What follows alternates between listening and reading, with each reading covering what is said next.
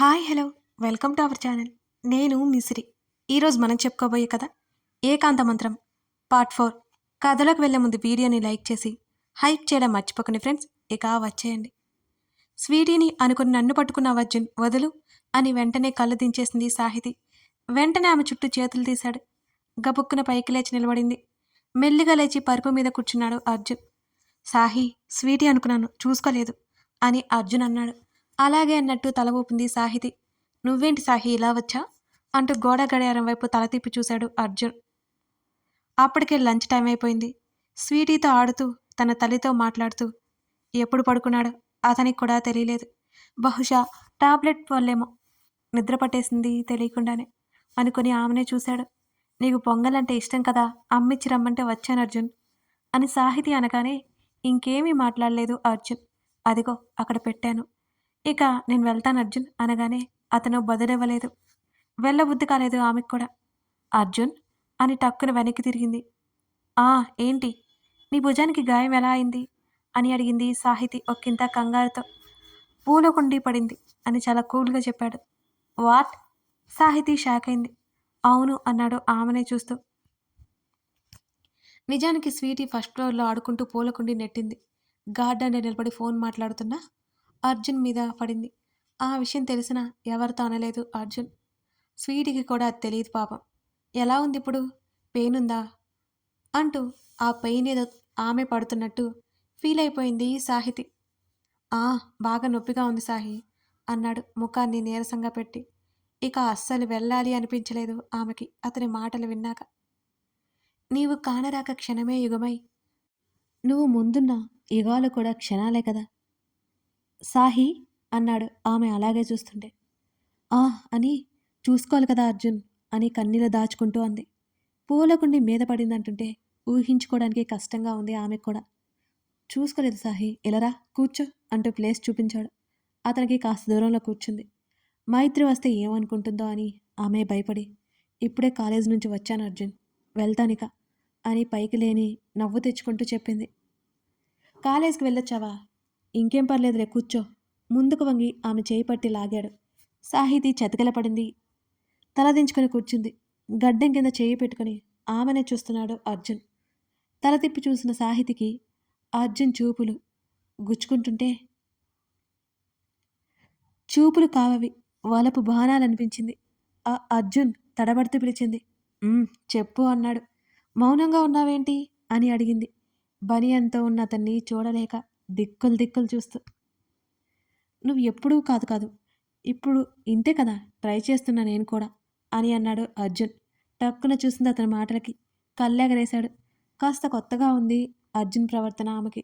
అదేం లేదు అర్జున్, ఇక వెళ్ళనా అని అడిగింది సాహితి. అర్జున్ అర్జున్ అని అరుచుకుంటూ లోపలికొచ్చింది వైష్ణవి కూడా అదే సమయంలో. నీరసంగా మారిపోయింది అర్జున్ ఫేస్. బ్రతికించిందన్నట్టు చూసింది సాహితి ఏమో. ఏయ్, ఇద్దరు ఇక్కడే ఉన్నారా అని ఎగురుకుంటూ వాళ్ళిద్దరి ముందు కూర్చుంది వైష్ణవి. రేపు సండే ఈవినింగ్ మూవీకి వెళ్ళాలి, గుర్తు చేయడానికే వచ్చాను నేను. అర్జున్, టికెట్స్ బుక్ చేశావా? సాహి, నువ్వు హ్యాండ్ ఇవ్వకు అంటూ ఇద్దరితో మాట్లాడుతోంది. వాళ్ళకి అవకాశం ఇవ్వకుండానే వైష్ణవినే మాట్లాడేస్తోంది. అర్జున్ సీరియస్గా చూస్తుంటే ఏమైంది అన్నట్టుగా సైగ చేసింది. సాహితీ వైపు కళ్ళు తిప్పాడు. సాహి, వాట్ హ్యాపెన్, ఎందుకంత డల్గా ఉన్నావు అని వైష్ణవి అడిగింది. నేను బాగానే ఉన్నాను వైషు అని అంటూ పైకి లేచి, అర్జున్ చల్లారిపోతుంది తినేయ్ అని అర్జున్కి చెప్పి, ఆ బాక్స్ మీద చేయి వేస్తే చంపేస్తాను, తినాలి అంటే ఇంటికి రా, అది అర్జున్ కోసం అని అతని వైపు ఒకసారి చూసి గబగబా అక్కడి నుంచి వెళ్ళిపోయింది సాహితి. అతనెక్కడ ఉండమంటాడనే తొందరలోనే. అర్జున్ నవ్వాడు. నిట్టూరుస్తూ అర్జున్ వైపు తల తిప్పి, చెప్పిందా అర్జున్ ఏమైనా అని అడిగింది వైష్ణవి. లేదు వైషు, చెప్తే నీకే చెప్పాలి, నాకెందుకు చెప్తుంది అని అర్జున్ అన్నాడు.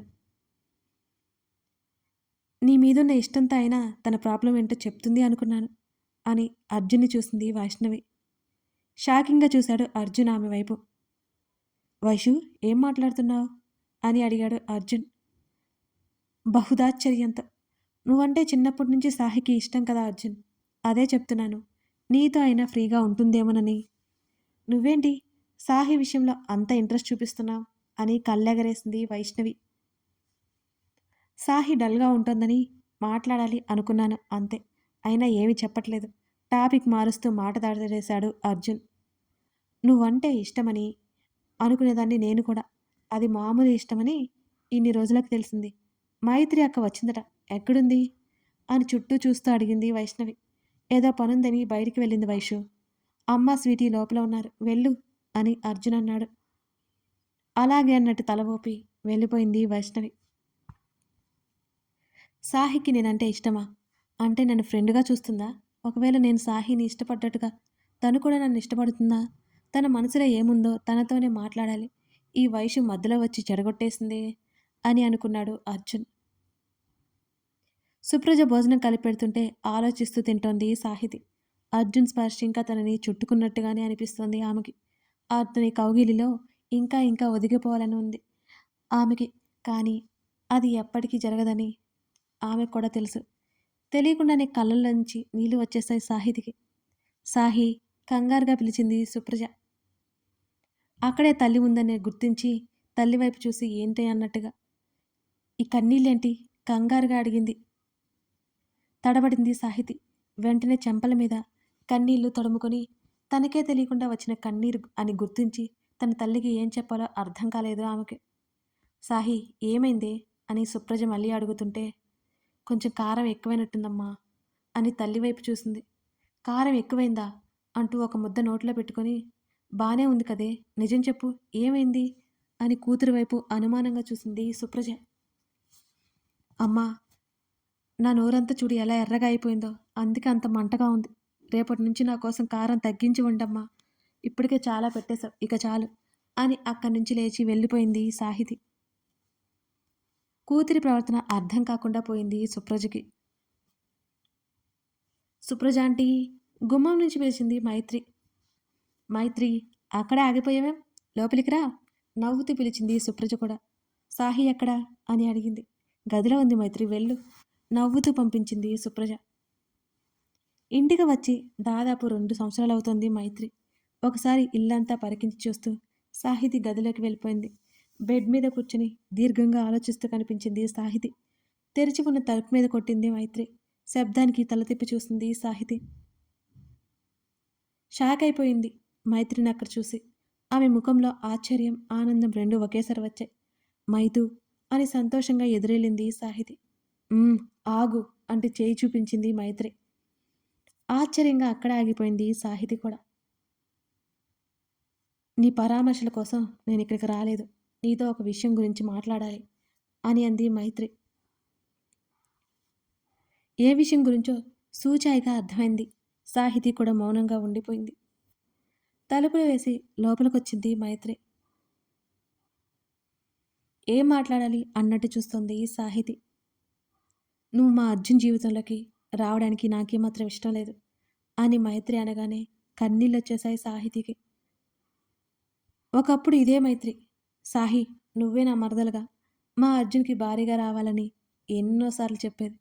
విరక్తిగా నవ్వుకుంది సాహితి. నాకు తెలుసు అని అంది సాహితి. మళ్ళీ గుర్తుపెట్టుకో, ఒకవేళ అర్జున్ నిన్ను ప్రేమిస్తున్నాను అని చెప్పినా కూడా నువ్వు ఓకే చెప్పకూడదు అనగానే పెద్ద షాక్ తగిలినట్టు మైత్రి వైపు చూస్తుంది సాహితి. అర్జున్కి నేనంటే ఇష్టం లేదు, ఆ విషయం నాకు తెలుసు మైత్రి అని కళ్ళు తుడుచుకుంటూ చెప్పింది. ఇదిగో ఈ కన్నీళ్ళతోనే ముంచేశావు నన్ను. మా అర్జున్ జీవితాన్ని కూడా నాశనం చేయాలని చూస్తున్నావా? నీలాంటి అమ్మాయి మా అర్జున్కి ఎప్పుడూ భార్య కాలేదు, కాకూడదు అని మైత్రి అరిచింది. ఎప్పటికీ నా ప్రేమను అర్జున్కి చెప్పను, సరేనా? ఇక నువ్వు వెళ్ళొచ్చు అని కాస్త గట్టిగానే అంది సాహితి. నువ్వు చెప్పవు సరే, అర్జున్ చెప్తే పరిస్థితి ఏంటి? ఏం మాట్లాడుతున్నావు నువ్వు అని అయోమయంగా చూసింది సాహితి. అర్జున్కి నువ్వంటే ఇష్టం, ఇప్పటినుంచే కాదు ఎప్పటినుంచో అంటున్న మైత్రి మాటల్లో అసహనం స్పష్టంగా తెలుస్తుంది. అర్జున్కి నేనంటే ఇష్టమా? ఇంకా ఆశ్చర్యం సాహితీలో. ఆమెకి ఈసారి ఆనందంతో కన్నీళ్ళు వస్తున్నాయి. అవును, అర్జున్కి నువ్వంటే ఇష్టం. రాత్రి మా అమ్మతో కూడా చెప్తున్నాడు నిన్నే పెళ్లి చేసుకుంటానని విసుగ్గా అరిచింది మైత్రి. సాహితి ఏమాత్రం ఊహించలేదు. ఆమెకు సంతోషంతో మాటలు కూడా రావట్లేదు. ఇన్ని రోజులు కేవలం తను మాత్రమే అతన్ని ఇష్టపడుతోంది అనుకుంది. కానీ ఇప్పుడు అర్జున్ కూడా తన్ని ఇష్టపడుతున్నాడని తెలియగానే మనసంతా హాయిగా అయిపోయింది సాహితికి. నువ్వు కానీ మా అర్జున్ జీవితంలోకి వస్తే నేనసలు ఒప్పుకోను. అర్జున్ అడిగినా సరే నువ్వు ఓకే చెప్పకూడదు.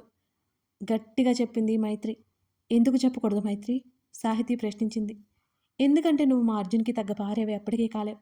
నువ్వొక మోసగత్తెవి కాబట్టి అని కోపంగా మాట్లాడింది మైత్రి. నీ మనసులో నా మీద ఉన్న అభిప్రాయం మారదని నాకు తెలుసు. ఇన్ని రోజులు నేనంటే అర్జున్‌కి ఇష్టం లేదని సైలెంట్‌గా ఉన్నాను. ఇప్పుడు అర్జున్‌కి కూడా నేనంటే ఇష్టం అని తెలుస్తుంటే ఎందుకు సైలెంట్‌గా ఉండాలి? అని తిరిగి ప్రశ్నించింది సాహితి. నువ్వు మా ఇంటికి కోడలుగా రావడం నాకిష్టం లేదు. ఆంటీకి, అర్జున్‌కి ఇష్టం ఉంది కదా! నీ ఇష్టంతో పని ఏంటి? సాహి, నువ్వు మా ఇంట్లో కోడలుగా అడుగుపెడితే ఊరుకోను నేను. మా అర్జున్‌ని కూడా మోసం చేస్తావు నువ్వు అని వేలు చూపిస్తూ మాట్లాడింది మైత్రి. పిచ్చి పట్టిందా మైత్రి నీకు? అర్జున్ అంటే నాకు ఎంత ఇష్టమో నీకు తెలీదా? అందరికంటే బాగా నీకే తెలుసు గదా! ఎలా అనగలుగుతున్నావిలా? ఇప్పటి వరకు అర్జున్‌కి నేనంటే ఏమాత్రం ప్రేమ లేదు అని ఊరుకున్నాను. కానీ ఇప్పుడు తనకి కూడా ఇష్టమైనప్పుడు నేనెందుకు దూరంగా ఉండాలి దానికి? అని కోపంగా అరిచింది సాహితి. ఉండాలి. అంతే. నువ్వు మా అర్జున్‌కి దగ్గరని తెలిస్తే నా శవాన్ని చూస్తావు అని గట్టిగా అరిచింది మైత్రి. మైత్రి మాటలకు నోటి మీద చెయ్యి వేసుకుంది సాహితి మరింత ఆశ్చర్యంగా. మైత్రి ఇలా కూడా మాట్లాడగలదా? నువ్వు చేసిన తప్పుకి ఇప్పటికీ నేను శిక్ష అనుభవిస్తున్నాను అంటూ కళ్ళల్లో కారే కన్నీటిని తుడుచుకుంది మైత్రి. సాహితీ కళ్ళల్లో కూడా నీళ్లు చిప్పిల్లాయి. మైత్రి కఠిన హృదయం చూస్తూ నాకు చావంటే ఏమాత్రం భయం లేదు. నువ్వు ఎప్పుడైతే మా ఇంట్లో కోడలుగా అడుగు పెడతావో ఆ రోజు నేను శవమైపోతాను. ఇది గుర్తుపెట్టుకో. ఇది బెదిరింపు కాదు. జరగబోయే నిజం అని చెప్పి వెనక్కి తిరిగి వెళ్ళిపోతూ మా అర్జున్‌కి తగ్గ అమ్మాయివి నువ్వు ఎప్పటికీ కాలేవు అని చెప్పి అక్కడి నుంచి వెళ్ళిపోయింది మైత్రి. కింద కూలబడి నోటికి చెయ్యడ్డు పెట్టుకుని ఏడుస్తోంది సాహితి. చేయని తప్పుకి ఇంకా శిక్ష అనుభవిస్తూనే ఉంది తను. అర్జున్, నీకు కూడా నేనంటే ఇష్టమా? కానీ నిన్ను నేను చేరుకోలేను అర్జున్, చేరుకోలేను. నన్ను క్షమించు అర్జున్. గుక్కపట్టి ఏడుస్తూ మోకాళ్ళ మీద తలపెట్టుకొని అలాగే కళ్ళు మూసుకుంది మైత్రి. తర్వాత రోజు ఈవినింగ్ షోకి అందరూ మూవీకి వెళ్ళాలి అనుకున్నారు. అర్జున్ ఉన్నాడు కాబట్టి వైష్ణవి, సాహితి ఈవినింగ్ షోకి వెళ్ళాలి అనుకున్నారు. లేకపోతే వాళ్ళు మార్నింగే వెళ్ళేవారు. సాహి, నీకోసం అందరూ వెయిట్ చేస్తున్నారు. త్వరగా రావే. ఫోన్లో అరుస్తోంది మైత్రి. వస్తున్నా 5 మినిట్స్ అని కాల్ కట్ చేసి చేతులు నలుపుకుంటూ బెడ్ మీద కూర్చుంది. అర్జున్ని ఫేస్ చేయాలంటే ఏదో కొత్త భయం కమ్మేస్తోంది ఆమెని. అర్జున్ తిరిగి వచ్చినప్పటి నుంచే అతని చూపుల్లో తేడా ఆమె కనిపెట్టేసింది. అతనితో ఏం మాట్లాడాలో అసలు అర్థం కావడలేదు. ఖచ్చితంగా ఏదో ఒకటి అడుగుతూ మాట్లాడుతూనే ఉంటాడు. అతన్ని అవాయిడ్ చేయలేక సతమతమైపోతోంది సాహితి. మరోవైపు మైత్రి మాటలు గుర్తొస్తుంటే కళ్ళలోంచి నీళ్లు పొంగుకొస్తున్నాయి ఆమెకి. తప్పక హ్యాండ్ బ్యాగ్ తగిలించుకొని బయటకు వచ్చింది సాహితి. కథ కొనసాగుతోంది. ఇదన్నమాట. ఇంతకీ మైత్రి విషయంలో సాహితి ఏం చేసింది? సాహితీ పట్ల మైత్రి ఎందుకంత కఠినంగా వ్యవహరిస్తోంది? అర్జున్ తన ప్రేమ విషయం సాహితీతో చెప్తాడా? అసలు వీళ్ళిద్దరి ప్రేమ ప్రయాణం ఎలా మొదలైంది? ఇవన్నీ తెలియాలి అంటే మీరు ఈ కథను ఇంకా ఇంకా చూడాల్సిందే. కథ నచ్చితే లైక్ చేసి కామెంట్ చేయడం మర్చిపోకండి. అలాగే సపోర్ట్ చేస్తున్న ప్రతి ఒక్కరికి హృదయపూర్వక ధన్యవాదాలు తెలుపుకుంటున్నాను. మరో ఎపిసోడ్‌తో మనం మళ్ళీ కలుద్దాం.